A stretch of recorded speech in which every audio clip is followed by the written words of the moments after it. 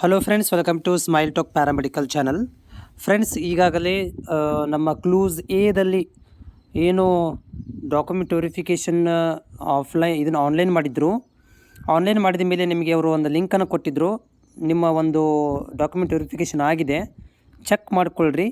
ಅದರಲ್ಲಿ ಏನಾದರೂ ವ್ಯತ್ಯಾಸಗಳು ಕಂಡು ಬಂದಲ್ಲಿ ಅಂಥವ್ರುಗಳು ಬೆಂಗಳೂರಿಗೆ ಬಂದು ಆಫ್ಲೈನ್ ಡಾಕ್ಯುಮೆಂಟ್ ವೆರಿಫಿಕೇಷನ್ ಮಾಡಿಸ್ಕೊಳ್ಬೇಕು ಅಂತ ಒಂದು ಆದೇಶವನ್ನು ಕೂಡ ಕೊಟ್ಟಿದ್ದಾರೆ.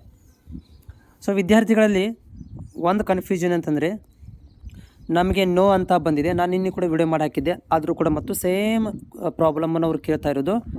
ಸರ್, ಇವಾಗ ನನಗೆ ಕನ್ನಡ ಮೀಡಿಯಮ್ ನೋ ಅಂತ ಇದೆ, ಉಳುಕಿದ್ದು ಎಲ್ಲನೂ ನೀಟಾಗಿದೆ, ಎಲ್ಲ ಕರೆಕ್ಟ್ ಇದೆ. ಬಟ್ ಕನ್ನಡ ಮೀಡಿಯಮ್ ಮಾತ್ರ ನೋ ಅಂತ ಇದೆ. ಸೊ ನಾನು ಅಪ್ಲಿಕೇಶನ್ ಹಾಕಬೇಕಾದ್ರೆ ಎಸ್ ಅಂತ ಹಾಕಿದ್ದೆ, ಬಟ್ ಇವಾಗ ವೆರಿಫಿಕೇಷನ್ ಆದಮೇಲೆ ನೋ ಅಂತ ಬಂದಿದೆ. ನಾನು ಹೋಗಬೇಕಾ? ಎಸ್, ನಿಮಗೆ ಕನ್ನಡ ಮೀಡಿಯಮ್ ಡಾಕ್ಯುಮೆಂಟ್ ಇದು ರಿಸರ್ವೇಷನ್ ಬೇಕು ಅಂತಂದರೆ ನೀವು ಕಂಪಲ್ಸರಿ ಹೋಗಲೇಬೇಕು. ಕನ್ನಡ ಮೀಡಿಯಮ್ಮು, ರೂರಲ್ಲು ಇವೆಲ್ಲ ರಿಸರ್ವೇಷನ್ ಬೇಕಂತಂದರೆ ಮಾತ್ರ ಹೋಗಿ. ಬೇಡಪ್ಪ, ನನಗೆ ಕನ್ನಡ ಮೀಡಿಯಮ್ಮು ಬೇಡ, ರೂರಲ್ ರಿಸರ್ವೇಷನ್ ಬೇಡ, ನನಗೆ ಅದು ಅವಶ್ಯಕತೆಯೇ ಇಲ್ಲ, ನಾನು ಪರ್ಸಂಟೇಜು ಮತ್ತು ಕಾಸ್ಟ್ ಮೇಲೇ ಫೈಟ್ ಮಾಡ್ಕೊತೀನಿ, ಅದರ ಮೇಲೇ ಟ್ರೈ ಮಾಡ್ತೀನಿ ಸೀಟ್ ತೊಗೊಳಿಕ್ಕೆ ಅಂತಂದರೆ ಹೋಗುವಂಥ ಅವಶ್ಯಕತೆ ಇಲ್ಲ.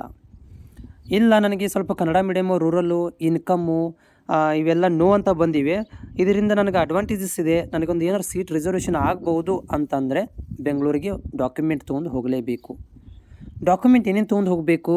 ಅವರ ಹೇಳಿದ ಹಾಗೆ ನೀವು ಬರೆದಿರುವಂತಹ ಇದು ಡೌನ್ಲೋಡ್ ಮಾಡ್ಕೊಂಡಿರುವಂಥ ಅಪ್ಲಿಕೇಶನ್ ಫಾರ್ಮನ್ನು, ಆಮೇಲೆ ಹಾಲ್ ಟಿಕೆಟನ್ನು, ಮತ್ತು ನಿಮಗೆ ಯಾರು ರಿಸರ್ವೇಷನ್ ಬಯಸ್ತಾ ಇದ್ದೀರಿ. ಉದಾಹರಣೆಗೆ ನಿಮ್ಮದು 2B ಇದೆ, ಆದರೆ ಅದು GM ಅಂತ ಬಂದಿದೆ, 2B ಸರ್ಟಿಫಿಕೇಟ್ ತೊಗೊಂಡು ಹೋಗಿ. ಕನ್ನಡ ಮೀಡಿಯಮ್ಮು ಎಲ್ಲ ಕರೆಕ್ಟ್ ಇದೆ, ಬರೀ 2B ಮಾತ್ರ ಚೇಂಜ್ ಇದೆ, ನಿಮಗೆ ಅದನ್ನು ಅಷ್ಟೇ ತೊಗೊಂಡು ಹೋಗಿ, ಡಾಕ್ಯುಮೆಂಟ್ ಒರಿಜಿನಲನ್ನು, ಮತ್ತು ಜೊತೆಗೆ 2 ಸೆಟ್ ಜೆರಾಕ್ಸ್ಗಳನ್ನು ತೊಗೊಂಡು ಹೋಗಬೇಕು.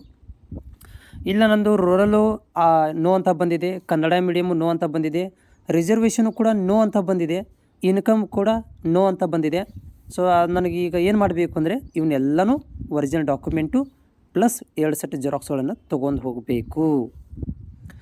ಹೋಗಲಿಲ್ಲ, ನಮಗೇನೋ ಬೈ ಚಾನ್ಸ್ ಆಗಿ ಹೋಗ್ಲಿಕ್ಕೇ ಆಗಲಿಲ್ಲಪ್ಪ, ಏನಾಗುತ್ತೆ? ಏನೂ ಆಗೋದಿಲ್ಲ, ನಿಮಗೆ ರಿಸರ್ವೇಷನ್ ಸಿಗೋದಿಲ್ಲ ಅಷ್ಟೇ. ಸೀಟ್ ಸಿಗುತ್ತೆ, ಕೌನ್ಸ್ಲಿಂಗ್ ಕರೀತಾರೆ, ಆಪ್ಷನ್ ಎಂಟ್ರಿ ಮಾಡ್ಬೋದು, ನಿಮ್ಗೆ ಎಷ್ಟು ಬೇಕಷ್ಟು ಕಾಲೇಜ್ ಆ್ಯಡ್ ಮಾಡ್ಕೋಬೋದು. ಆದರೆ ಕನ್ನಡ ಮೀಡಿಯಮ್ದಲ್ಲಿರುವಂತಹ ಏನಾದರೂ ಸೀಟುಗಳು ಇದ್ದರೆ ಅದನ್ನು ನಿಮಗೆ ಕೊಡೋಕ್ಕೆ ಬರೋದಿಲ್ಲ. ರೂರಲ್ದಲ್ಲಿ ಏನಾದರೂ ಸೀಟುಗಳಿದ್ದರೆ ಅದನ್ನು ಕೊಡೋಕ್ಕೆ ಬರೋದಿಲ್ಲ.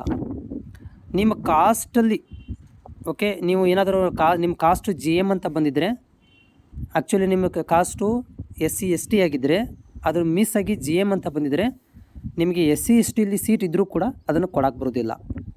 ಸೊ ಹೀಗಾಗಿ ನೀವು ಡಾಕ್ಯುಮೆಂಟ್ ವೆರಿಫಿಕೇಷನ್ಗೆ ಹೋಗಬೇಕು. ಓಕೆ, ಇದು ಕ್ಲಿಯರ್ ಆಗಿದೆ ಅಂತ ಅಂದ್ಕೊಂಡಿದ್ದೀನಿ. Thank you.